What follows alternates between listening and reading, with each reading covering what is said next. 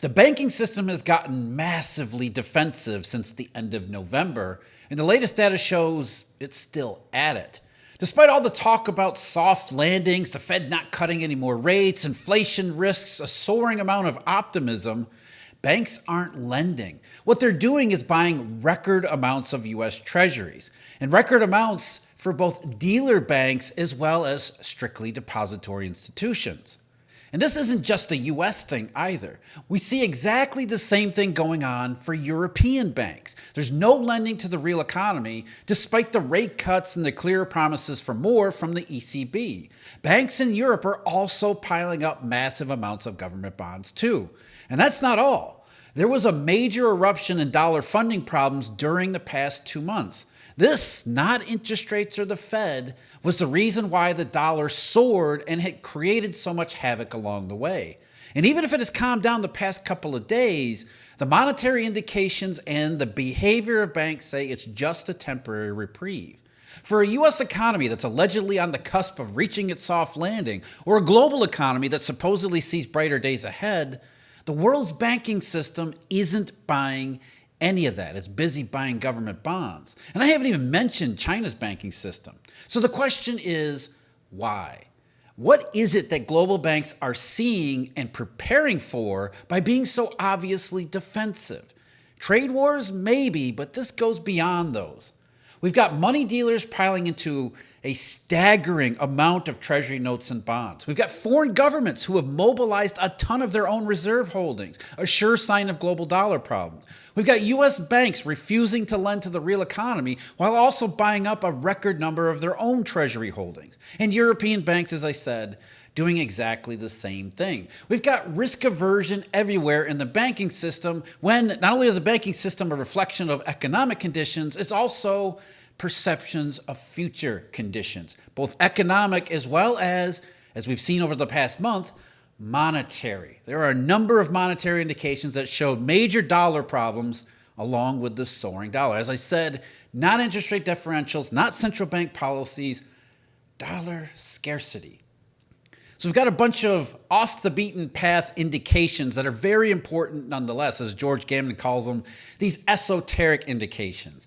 And they're esoteric because nobody really knows about them, but they're every bit as important. Starting with primary dealers and their holdings of US Treasury coupons. That's bonds and notes. As I talked about in the middle of December, dealer holdings of coupons began to really surge that final week in November after Thanksgiving. Was it trade wars? That was when Trump put out his post on Truth Social suggesting that he was going to impose tariffs. China, Canada, Mexico, and everyone else in between. Now, dealer holdings had slacked off after the carry trade fireworks from August into September.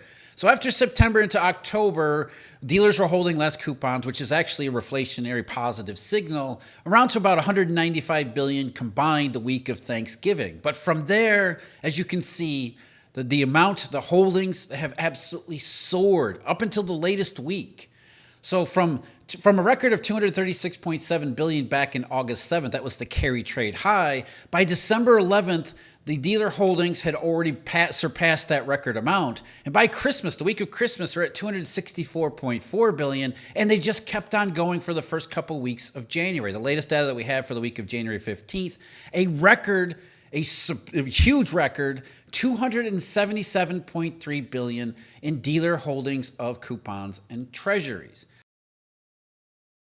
And the question is why? Now, the mainstream has its own theories because the mainstream has to continue to defer to the central bank in everything. And I talked about this in recent videos at Eurodollar University's memberships. Went over the interest rate swap market, and because there's a really good correlation between interest rate swap spreads and dealer holdings of US Treasuries, there's a connection there. But it has puzzled and astounded mainstream academics because they can't admit the Fed isn't what everyone believes it is. So the Federal Reserve has, according to everyone else, supplied the world with a tremendous amount of money when money dealers are saying, not the case. The reason why they hold more coupons, especially, is first of all, defensive. because they're worried about a collateral scarcity or collateral shortage, an interruption in the flow of collateral that could become costly for their own dealer activity. So you want to have, as a defensive measure, you want to have U.S. Treasury coupons and bonds in your inventory in case something goes wrong. And the more you think something can go wrong, the more likely you're going to stack up that inventory. But the other reason, the more likely reason, the more dealer-like reason, is when you anticipate that other people are going to be on the wrong end of a collateral shortage. And therefore, as a money dealer, you can take advantage of that collateral scarcity by having collateral in your inventory that you can then rent out at a much higher price. So dealers being dealers smell opportunity in deflationary monetary conditions, which is why dealer holdings of coupons therefore correspond very strongly with lower swap spreads, more negative swap spreads, and a whole bunch of other Eurodollar indications. So here we have, from the week of November, the last week in November, a sharp rise in dealer holdings of U.S. Treasury coupons. At the same time, the U.S. dollar exchange value soared. And again, we keep coming back to that week, November 27th. Remember, we talked about the T-bill auctions during the weeks immediately after that. In addition to the dollar value that was screaming higher, we also had a number of other indications and a couple others that I'll go over here that suggested that the dollar system was experiencing some real disorder there, especially December, the middle part of December, heading toward the end of last year. And it spilled over into the early part of this year. Now, the dollar exchange value has backed off since the inauguration because President Trump didn't immediately impose the tariffs like he sounded like he said he was going to do. And instead, there's a growing hope, maybe, that the idea of tariffs themselves are nothing more than a negotiating tactic, and then it won't ever come to it won't ever come to needing to put them in place. Because if the Trump administration gets what it wants in other areas, then maybe this is just leverage using to get people to the negotiating table, and therefore there won't actually be any trade restrictions. Well, that's a possibility, and that could be one of the reasons why we're seeing, such major dollar issues in the system ever since the end of November. It's not strictly about trade wars. This goes back further than that, as we'll see when we go over the banking data. Another one that goes along with the same indications, dealer holdings of U.S. Treasuries, we also see that during these same periods, custody of U.S. Treasury assets at Federal Reserve Bank of New York, that's the New York branch of the Fed, these treasuries that are owned by foreign, largely official institutions, those are foreign governments as well as foreign central banks, they park a lot of their reserve assets with the Federal Reserve in New York because there's a convenience of doing so. So the Federal Reserve Bank of New York holds in custody trillions of U.S. treasuries that are owned by largely foreign official institutions. And those treasuries tend to rise and fall. Those treasury holdings in custody tend to rise and fall given the dollar environment that they're operating within. So when you have a reflationary period, more risk-taking, more dollars available in the global marketplace, you tend to see more treasuries pile up at the Federal Reserve's custody in New York. When we have dollar scarcity, you see these treasuries disappear because foreign official institutions are using them to plug in their dollar shortage gaps. So if they have a dollar funding problem with their local banks, they can mobilize their U.S. treasuries, either selling them to liquidate them and get dollar balances that they can then either lend or use somehow in their local jurisdiction, or they use the treasuries to borrow funds as collateral, transfer ownership, and a whole bunch of things that could potentially happen that these treasuries tend to disappear. They get used during periods of dollar scarcity. If you had any doubts about that, you can just see the timing here when this takes place. So while they've been generally declining since August of 2023, you do see a very sharp drop again late November 2024 into December and January. In fact, another 80 billion, 80.6 billion after the week of November 27th, right on through the first week in January. So another indication that shows that foreign official institutions were doing something with their U.S. Treasury reserve assets during this period when the dollar was surging and U.S. primary dealers were piling up record amounts of Treasury coupon bonds. It all fits together. These are all basically different sides of the same Eurodollar coin. So while there's a relationship with trade wars and the possibility of tariffs being imposed and therefore creating more negative pressures and headwinds on an economy that's already suffering to begin with. It's really that suffering to begin with that's the general background behind all of these things. That's really driving the degree that we're seeing here. Why are dealers becoming more risk averse? Well, they realize the background isn't really good to begin with, either money or finance or real economy. Therefore, the possibility of trade wars is just another negative that the system would have to deal with and probably isn't going to handle all that well.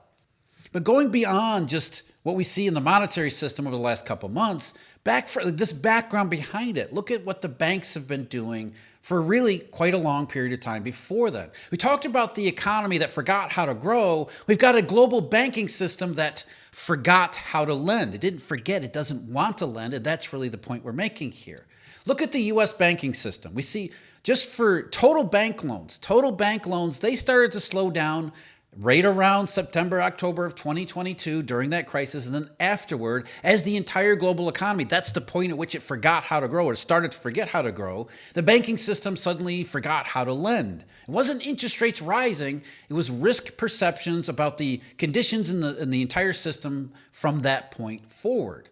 So you have a real trend change that started to change late in 2022, but really, again, emphasizing this point, after Silicon Valley Bank in March and April of 2023. You see the trend change in bank lending. Now, it didn't contract, it didn't fall off a cliff, and bank loans are still growing. In fact, since July of 2023, bank lending has been steadily rising, so it doesn't look too bad. It looks the same as, German GDP. It's going sideways to slightly higher in this case with bank lending. But going back to Silicon Valley Bank, the week that it failed, bank lending is only up about 4% in almost 2 years, which is not a good number. So it doesn't look too bad, but in many ways, in anything that really matters, it actually is more than lackluster. It's worse than lackluster. It's a pretty substantial contraction all of its own. But a huge chunk of that lending, the increase in lending, is in loans to non-depository financial institutions or investment funds. In fact, during the same period, going back to Silicon Valley Bank, loans to this class of borrower have soared by 28%. At the same time, when you adjust for those loans, and so you look at loans just to the real economy, or mostly to the real economy, there's other lending to commercial real estate and everything else, but other loans other than this category of borrowers have only increased by 2% during the same period since Silicon Valley Bank in March and April of 2023. So a huge chunk of the increase in lending is to investment funds who are doing a whole bunch of financial activities rather than real economy activities. Why? Because banks perceive that as relatively safe compared to, say, lending to a commercial real estate project, which commercial real estate loans have been basically flat, or lending to the real economy, despite the fact that everyone says it's a soft landing. So banks are not behaving that way. And it's actually even worse when you zoom out and look at this stuff in context. Look at lending in context. Look at the big picture trend. The trend changed around 2015 for a couple of reasons we don't need to get into here, Eurodollar number 3 reasons. But lending had dropped in the immediate aftermath of the pandemic, the lockdowns in 2021, and then it soared back in 2022 up until that late 2022 crisis. Now, people have argued that lending was too robust in 2022, and therefore it's just reverting to the prior trend and normalizing, nothing worse than that. And total loans are still above that post-2015 trend because of a lot of it because of the lending to these non-depository financial institutions. But when you exclude those loans, what you see is that lending to everyone else, including the real economy, is actually now falling behind the post-2015 trend. So it's not normalizing, it's something else entirely. But then you zoom out even further and look at the trends from, say, just the entire 2010s, or more importantly, going back to the longer run, the banking sector, lending has really dried up and fallen off by a lot. So we put it on a log scale and look at the long run. What you see is that credit soared in the 1980s, and then it dropped with the S&L crisis. And by the way, the S&L crisis was a credit crisis, not a monetary crisis, which is why lending got back near to the trend throughout the rest of the 1990s. There's a huge difference between a monetary crisis and a credit crisis, even when it involves the banking system. So we got steady loans in the 1990s after 94, the slight dip with the dot-com recession. So in the middle 2000s, credit growth accelerated, reverted back to the trend as you'd expect, but then the massive drop in 2008, and not only the massive drop, but then a totally different trend afterward. So while bank lending had been back to that post-2008 trend or gotten near it in 2021 and 2022, since then, since that 2022 crisis, bank lending either to the real economy or bank lending overall has dropped off yet again. So this is not normalization. This is very clear risk aversion behavior. Banks don't want to lend. They didn't want to lend before, and now they really don't want to lend ever since 2022 and 2023, ever since the banking crisis and its aftermath. The real economy forgot how to grow because it didn't forget how to grow, and the banking sector forgot how to lend because it didn't forget how to lend. It's becoming increasingly risk averse, even before we get to the events since November 27th last year. What banks have been doing, going back to late 2023's bond rally, is they have been piling in government bonds and other forms of safe assets too, like US dollar mortgage bonds. So banks haven't been lending, but they have been buying safety and liquidity by the bucket load. So going back to November 2023, when the bond rally really got started, U.S. banks have bought a combined, their holdings of U.S. Treasury assets and agency securities has increased by $411.9 billion during that time. Now, that total had tailed off at the end of October 2024, the bond pause since the rally in the middle of last year. But that was entirely because banks stopped buying mortgage bonds. They didn't want any mortgage bonds since the end of last October. Instead, what they've been doing is they've been piling in specifically U.S. Treasury. To be clear, I'm not talking about the Treasury holdings among U.S. primary dealers that I just went over in the earlier part of this video. These are Treasury holdings from all depository institutions. So these are not the primary dealers. These are what we consider regular banks. And so depository institutions, they're piling into U.S. Treasuries in addition to the fact that primary dealers are doing the same thing in their bond inventories. And so just U.S. Treasury securities alone, U.S. banks have added $257.7 billion since November of 2023. So $250 billion in U.S. Treasury holdings since the end of 2023. So at the same time, they don't want to lend to the real economy. They are more than willing, despite the fact that bond prices have gone up and down along the way, they're more than willing to buy a ton of safety and liquidity. And as I said in the introduction, the same thing has been happening in Europe. I went over that in a previous video, but just briefly to go over the stats there. Last year through the month of November, which is the latest data we have from the ECB, bank lending in Europe was increased by 222.9 billion euros, which is not a lot. That's basically a drop in the bucket. But a lot of that, over 100 billion of it, was lending to non-MFIs or non-monetary financial institutions, financial firms. In other words, the same investment funds in Europe that U.S. banks are lending to in the United States, same type of investment funds in Europe. Excluding those, lending to the real economy in 2024 in Europe only increased by 124 billion euros, which is basically nothing. That's a rounding error. At the same time, however, last year through November, European banks added a whopping 232.8 billion worth of government bonds, or a 14.5% increase in their holdings, including 31.6 billion in November alone. So even before we get to the trade wars and the possibility of trade wars at the end of November into December and January, when the US dollar absolutely soared, the banking sector has been increasingly defensive, really consistently defensive ever since the banking crisis in 2023, as the real economy has failed to recover, has failed to achieve its soft landing in the US and then the rest of the world, China, and everything else. The risks are piling up, not going away. And the banking sector is not just acting like it, it is acting on those perceptions. So while the U.S. banks don't want to lend to the real economy, piling up safety and liquidity, we also have monetary indications that suggested, first of all, a less than ideal background even before we got to the end of 2024, and then the possibility of trade wars, which could potentially make an already bad situation even worse. It became a real global dollar matter. So as the dollar exchange value was screaming higher, U.S. primary dealers were hoarding U.S. Treasury coupons, notes and bonds in record amounts and really a record acceleration. We see that foreign official institutions were using a ton of their own treasuries to try to fill in these dollar shortage gaps and not really being all that effective doing so. So you've got the background, the economic background, the financial background, increasingly risk-averse banks everywhere, the United States and Europe. Plus you've got monetary problems that really developed and escalated over the last couple months. And despite the fact that things look a little better over the last couple of days, this behavior has continued right on through the middle and now late January.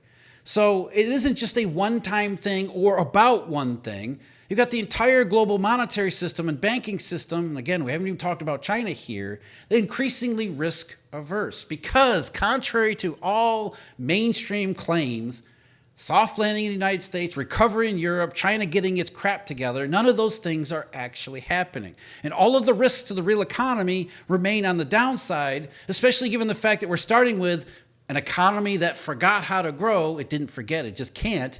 And the banking system, right along with it, that doesn't know how to lend. Of course, it knows how to lend. It won't lend because the conditions aren't there for it to lend. So you've got financial problems, economic problems, and for the last couple of months, monetary problems on top. What was the role of non-banks in all of this risk aversion, dollar scarcity business? What are non-banks?